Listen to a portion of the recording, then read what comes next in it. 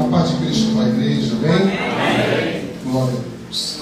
Irmão, sem perca de tempo, abra sua Bíblia no livro do profeta Isaías, capítulo 6. Glória a Deus. Nós estamos numa peregrinação aqui nessa terra. Em toda peregrinação existe uma trajetória. E nós estamos apercebidos, pelo menos eu estou apercebido, que a nossa trajetória espiritual, nós estamos passando pelo Vale da Vitória. Vou repetir. Nós estamos atravessando um vale para receber vitória. Eu não sei o que você entendeu. O nosso pastor, ele entendeu que Deus tem coisa grande para, não só para a sua vida, mas para essa igreja. Então, nesse espírito, eu estava em casa meditando, pensando. Lembrei algumas histórias de Israel. E eu tenho certeza que Deus, ele tem algo muito especial para nossas vidas. E nessa peregrinação nós temos que entender que nós estamos em guerra. Porém, somos mais do que vencedores. Eu pedi a Deus uma palavra que seria revelada. E eu estava com 3 mensagens. Eu até liguei para o André hoje. Eu falei, André, essa semana foi terrível para mim. Eu estou aqui com a garganta arranhando, o corpo dolorido. Eu falei, André, se eu não conseguir ministrar, você ministra. Liguei para ele cedo. Mas eu sentei ali atrás e Deus me encorajou. Deus me deu uma palavra que eu precisava. Tudo bem? Então vamos entender que caminho é esse que nós estamos passando. Que caminho é esse que nós estamos passando? Isaías capítulo 6 diz assim: no ano em que morreu o rei Uzias, eu vi o Senhor assentado sobre um alto sublime trono, e a aba do seu manto enchia o templo. Os serafins estavam acima dele, cada um tinha 6 asas. Com 2 cobriam o seu rosto, e com 2 cobriam os seus pés, e com 2 voavam. Clamavam uns aos outros, dizendo: Santo, Santo, Santo é o Senhor dos exércitos. Toda a terra está cheia da sua glória. Diga comigo: toda a terra está cheia da sua glória. Abra sua Bíblia em Josué capítulo 3.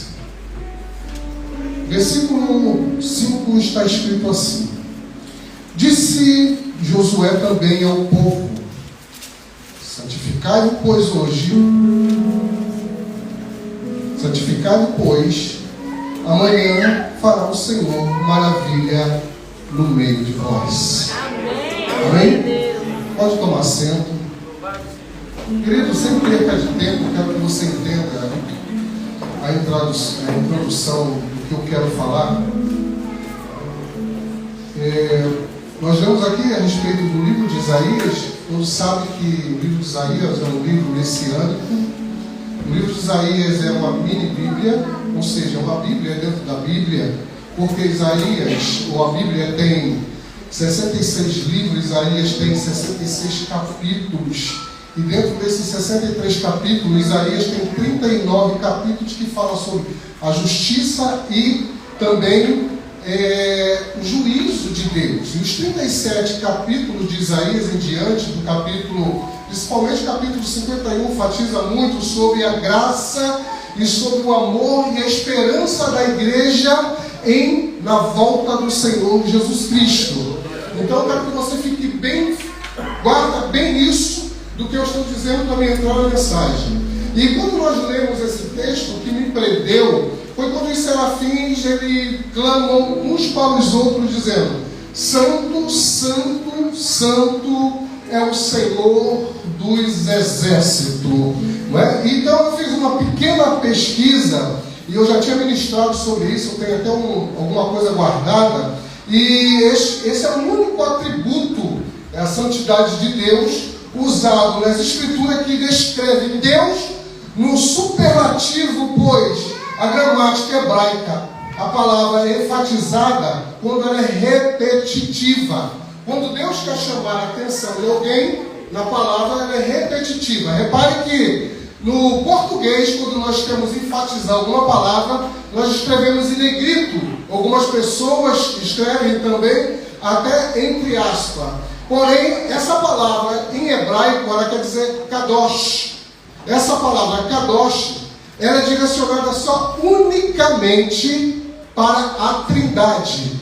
Essa palavra santo que nós vemos aqui em Isaías, ela é encaminhada, ou seja, dita somente pela Trindade. Porque só a Trindade ela pode levar esse nome de santo.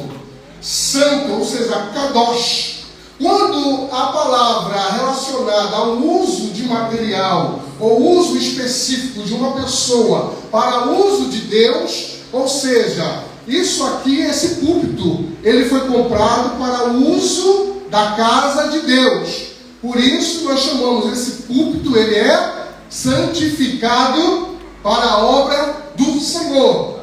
Ou dizemos, o Israel é um obreiro que ele foi separado, ou seja, ele é santificado para a obra de Deus. A palavra no hebraico, essa palavra kadosh, ela não é usada especificamente para um púlpito santificado, ou seja, para o Israel que é santificado. A palavra para o uso de alguma coisa santificada, para o uso da palavra da casa de Deus, ou para o uso de Deus, está escrito lá no capítulo 3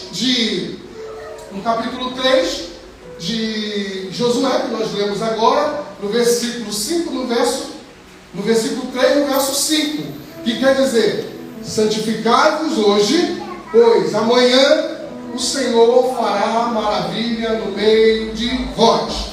Essa palavra santificado, ela quer dizer no hebraico iskadosh, ou seja, algumas pessoas pronunciam kadoshé, ou seja, nós encontramos o kadosh dentro dela, mas ela é exclusivamente para uso daquilo que é separado por Deus. Imagine que quando Deus ele vai a Josué, e Deus fala com Josué no capítulo 1, diz para Josué: Josué, esforça-te que eu te ajudarei.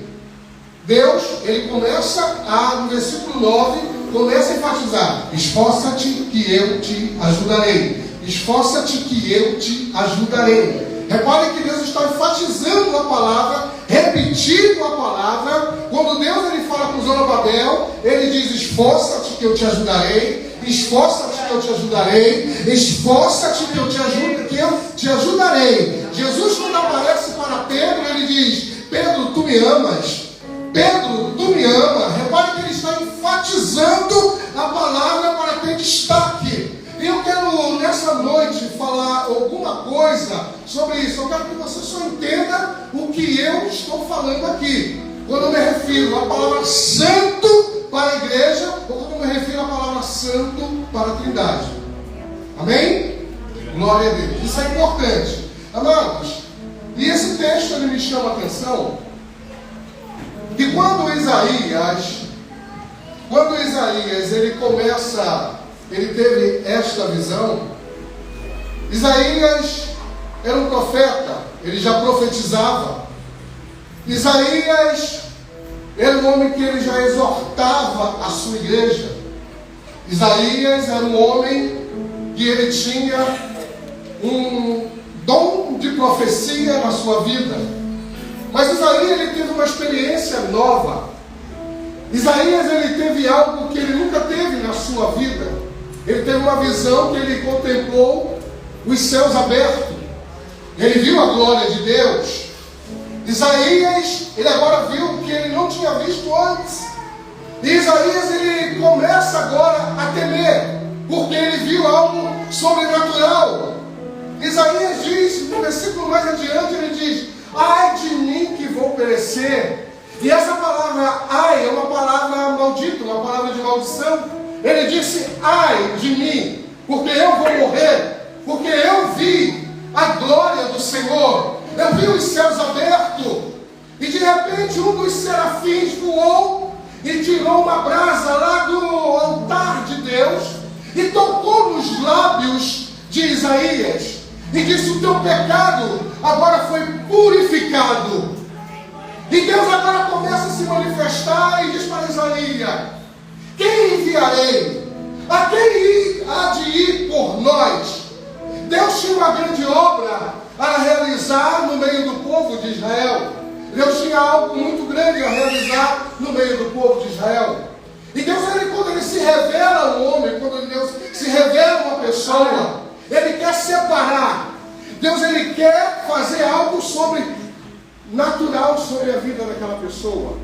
E isso que me trouxe a trazer essa mensagem nessa noite. E eu quero dizer uma coisa, que as coisas dos céus, elas são maiores do que as terrenas.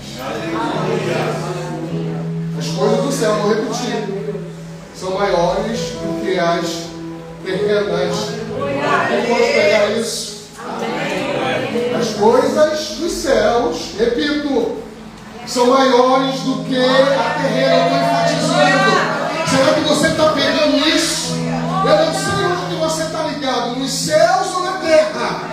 Eu não sei hoje como você entrou aqui, a tua mente, aleluia, o teu estômago espiritual, o que ele tem se alimentado nesses últimos dias. Eu não sei que você tem se alimentado mais com as coisas da terra ou com as coisas do céu. Eu quero dizer somente uma coisa: existe um equilíbrio nisso. E nessa noite, a glória de Deus, ela já está nesse lugar e vai tirar, vai arrancar todas as coisas terrenas dos nossos pensamentos. Aleluia.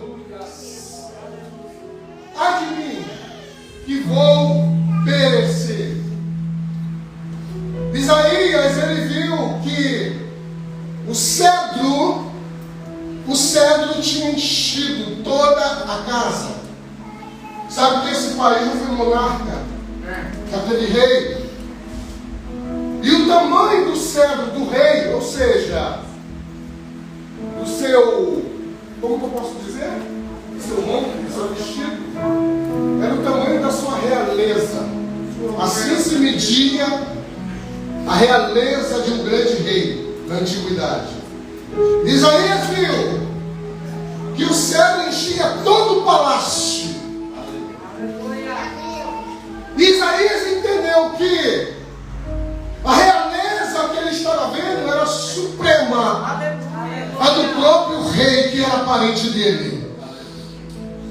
O que era parente dele era rei terreno, mas ele viu algo supremo, que era maior do que era terreno. Eu não sei como você está olhando as coisas nesses últimos dias, mas Deus vai abrir nossos olhos e vai nos mostrar as coisas celestiais, o que Ele tem preparado para nossas vidas.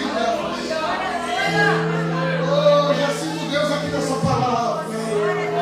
Eu já sinto Deus aqui nessa palavra, porque Deus está abrindo mente e já está fazendo você entender o que Deus tem preparado para você. É maior do que os teus pensamentos, é maior do que você imagina, é maior do que você vê, porque a tua visão pode ser humana, mas o que Deus vê para você é muito maior que você está imaginando. Eu disse que nós estamos numa peregrinação, estamos em guerra. Glória a Deus. O pastor teve essa visão. Ele sentiu: é hora, é o momento. Chegou a hora da igreja crescer. Chegou a hora da igreja parar de tomar mamadeira. Chegou a hora da igreja parar de ser levantada e carregada nos braços como criança que não sabe andar. Chegou a hora de vocês crescer. Chegou a hora de vocês provar o que vocês nunca provaram. Chegou a hora de vocês verem o que vocês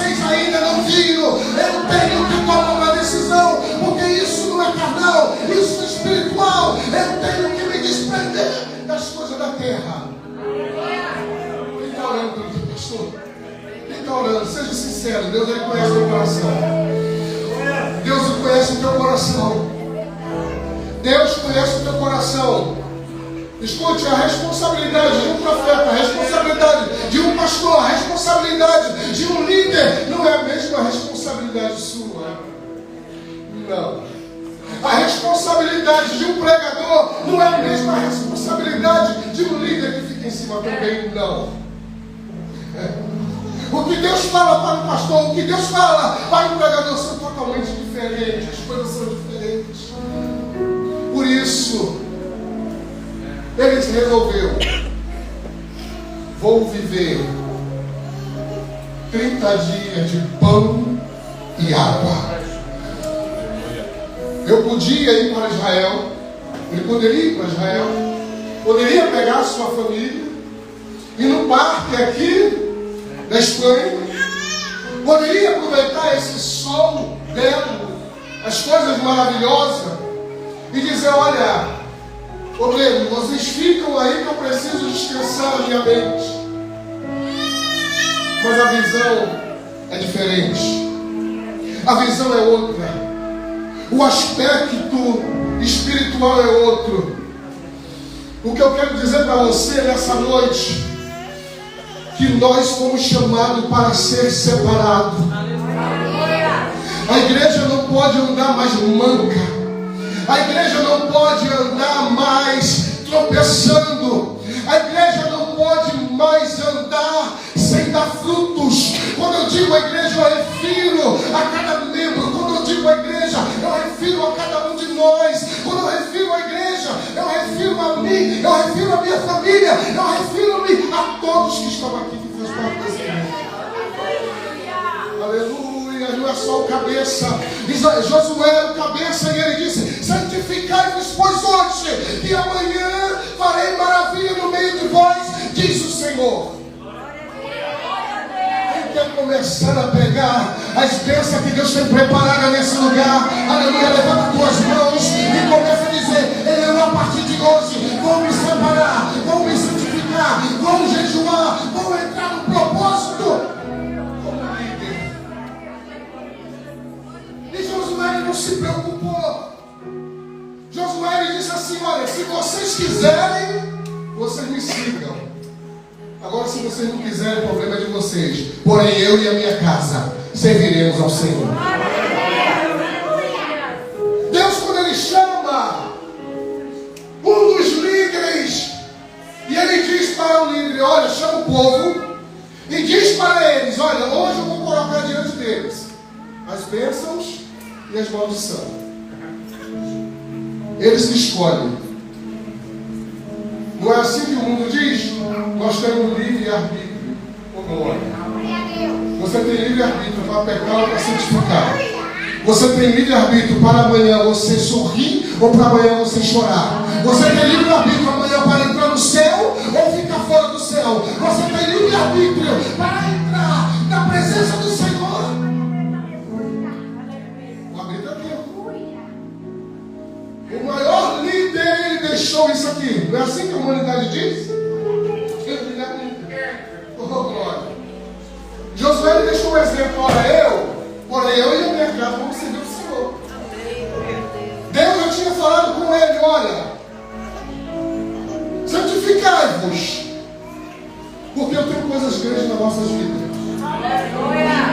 Repara no capítulo 10, no versículo 3, que Deus fala: nisto conhecereis o que Deus, o Deus vivo, está no meio de vós, e que expulsará diante de vós os cananeus, os heteus, os aveus, os fariseus, os jebuseus, os amorreus e os jebuseus. Deus, Ele vai expulsar no meio de vocês a enfermidade, a tristeza, a doença.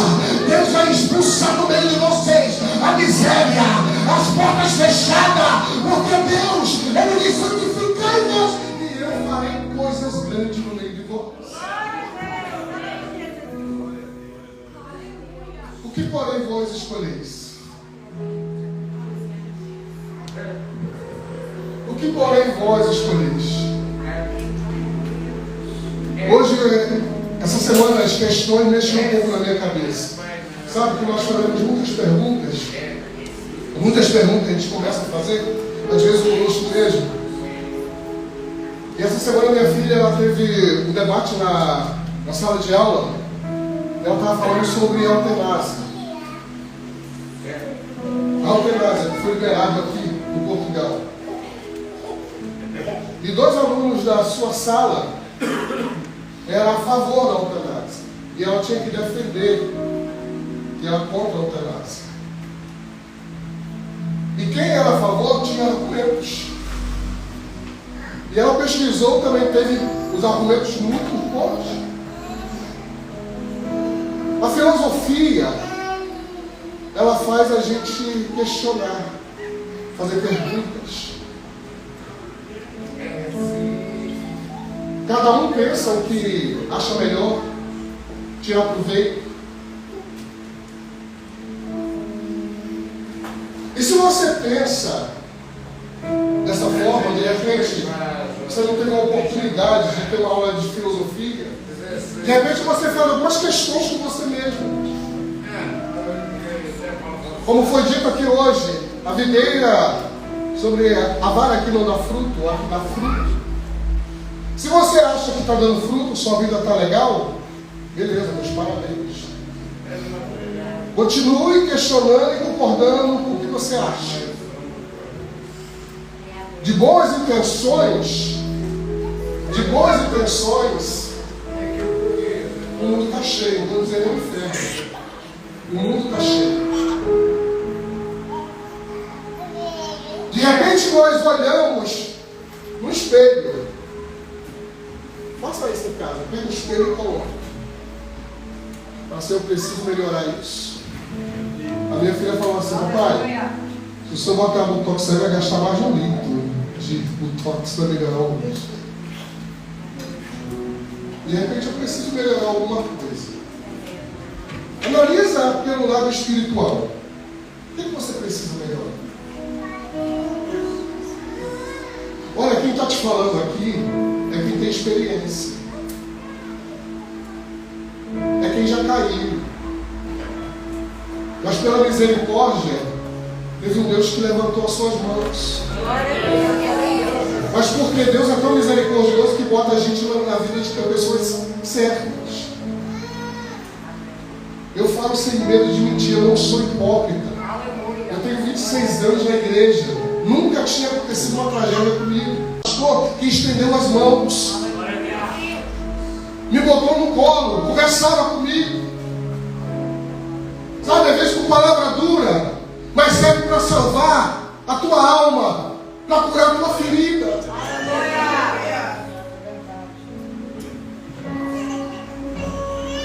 Mas, deixa eu te dar uma boa notícia e uma ruim, uma notícia má.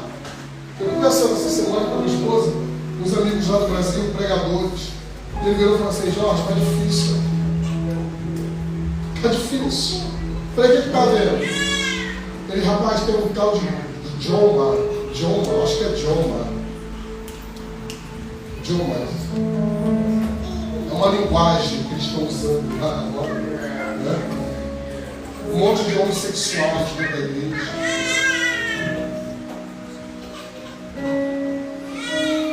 Mas não quero dar o braço a você, não quer sentar, não quer ouvir. Porque o evangelho lá no Brasil agora virou moda.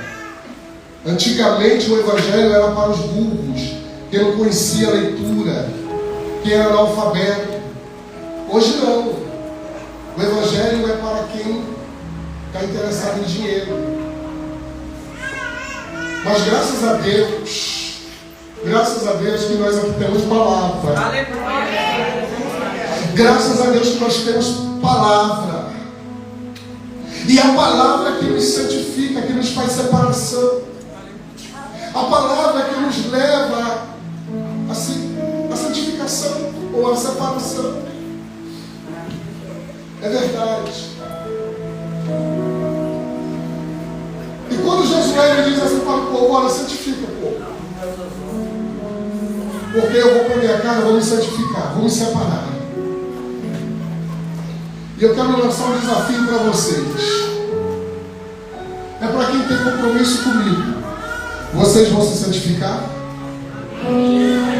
Vocês vão se separar? Porque tem projetos. Tem projeto, e o projeto de Deus já chegou aqui em Portugal. Deus está fazendo coisa extraordinária. Eu conheço um pastor, um amigo meu, o pastor Paulo César Souto, não sei se alguém conhece aqui. Ele tem uma igreja ali em Gaia há 17 anos. E há 17 anos no mesmo lugar. E essa semana eu me alegrei com ele. Ele alugou um galpão imenso, enorme. Não é? Depois de 17 anos. E eu conversando com ele, ele falou assim: Jorge, eu senti algo diferente. E eu tive que santificar a minha igreja, eu tive que me separar. Ei, Deus tem projeto na nossa vida, na nossa igreja. Deus tem projeto na nossa vida e na nossa igreja. Se você quer dar mão a esse ministério, eu te faço um convite nessa noite. Se santifica essa semana. Nós temos, quem é da trofa, não, acho que é de Famalicão, temos um feriado aí prolongado, está muito calor. Se você tirar esse feriado para você se santificar, tira um dia, entra dentro do teu quarto, fala assim: hoje eu vou me santificar. Diga para o teu esposo, se ele for cristão, fala assim: amor, vamos me santificar hoje. Se você não tem ninguém, fala assim: olha, faça um propósito você mesmo. Para o meu pastor está lá no monte, está no pão e na água. Eu também vou ficar com ele, eu vou dar a mão com ele. Mesmo de longe eu vou dar a mão. Mesmo de longe, hoje eu vou me santificar, vou me separar. Porque eu sei que quando ele descer, tem coisas grandes, tem coisa boa para o meio da tua igreja. Tem o sobrenatural que vai acontecer. Tem coisas extraordinárias que vai acontecer no meio de nós. Eu já tomo posse antecipadamente. Eu tomo posse antecipadamente nessa noite. Fique de pé em nome de Jesus. Acho que eu já falei demais, minha garganta está arranhando muito.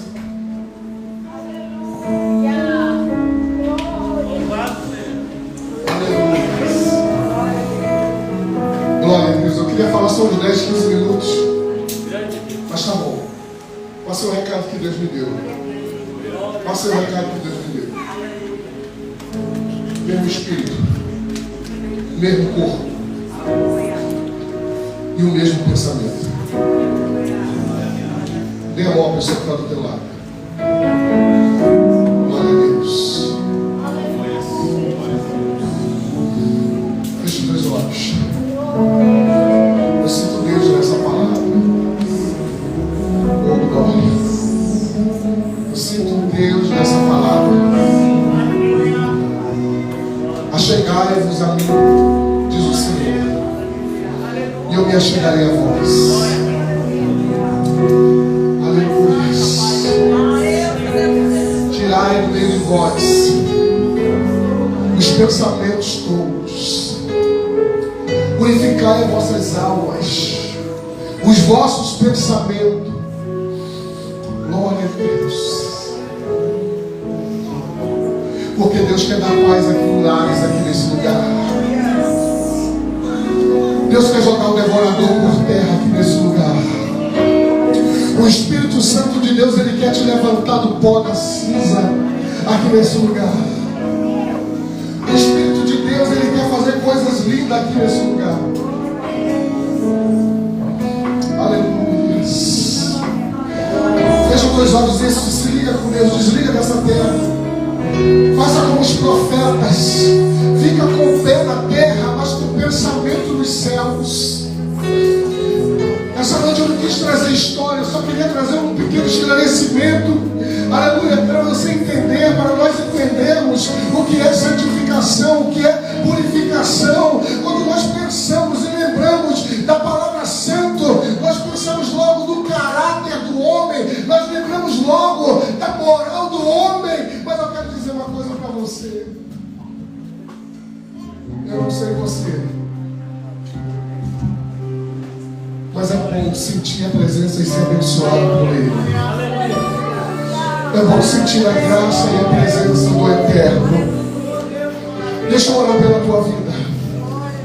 Pai, aqui está a tua igreja, Senhor, diante da tua presença. Alguns ainda não entenderam o projeto que o Senhor tem na vida deles. Alguns ainda não entenderam o que o Senhor tem, Pai, para fazer na vida deles. Mas o Senhor tem coisas grandes. E eu quero selar, Deus, essa palavra nessa noite como uma palavra profética. Como uma palavra profética nessa noite, ó Deus. Que muitos vão contar, Senhor, que a sua vida foi mudada, o cativeiro foi mudado, porque se separaram, deram a mão ao seu pastor. Eu sei que o dia não vai ser fácil, vai ter lutas, porque toda vez que nós se separamos, se santificamos, o inimigo se levanta, mas ele vai se levantar para cair. Ele vai se levantar para cair. Você pode ter dias difíceis, mas lembra, quando os dias difíceis chegar, lembra que tem vitórias maiores ainda na sua casa, na sua vida, na sua família. Por isso que o inimigo vai se levantar.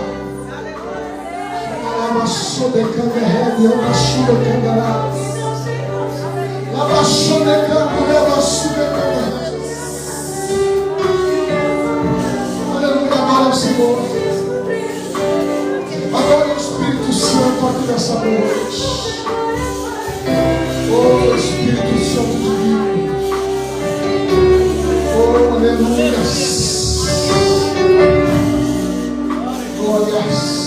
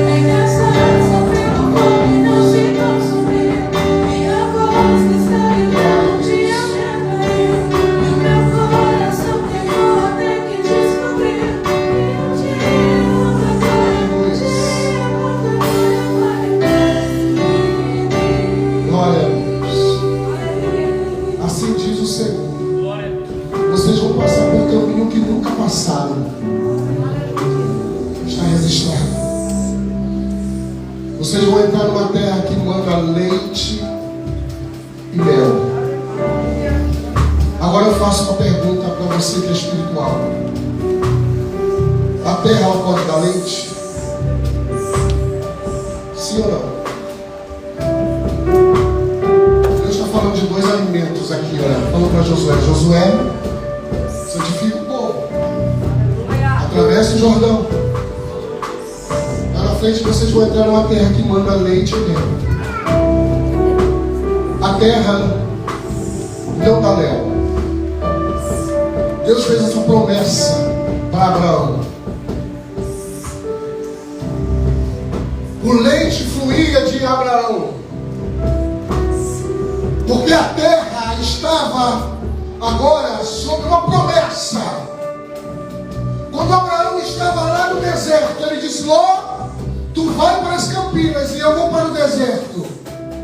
As campinas, para onde ele foi, se tornou em deserto. E o deserto para onde Abraão foi, se tornou em terra fértil. E tudo que ele colocava a mão, Deus prosperava. O leite vinha dos gados que era de Abraão. A terra não pode dar leite, porque só existe dois alimentos que fluem, que não provém de morte, provém de vida: o leite e o mel. Se você quiser comer carne, A ovelha, o boi ou o animal tem que morrer. Se você quiser comer o trigo tem que morrer, tem que ser enterrado.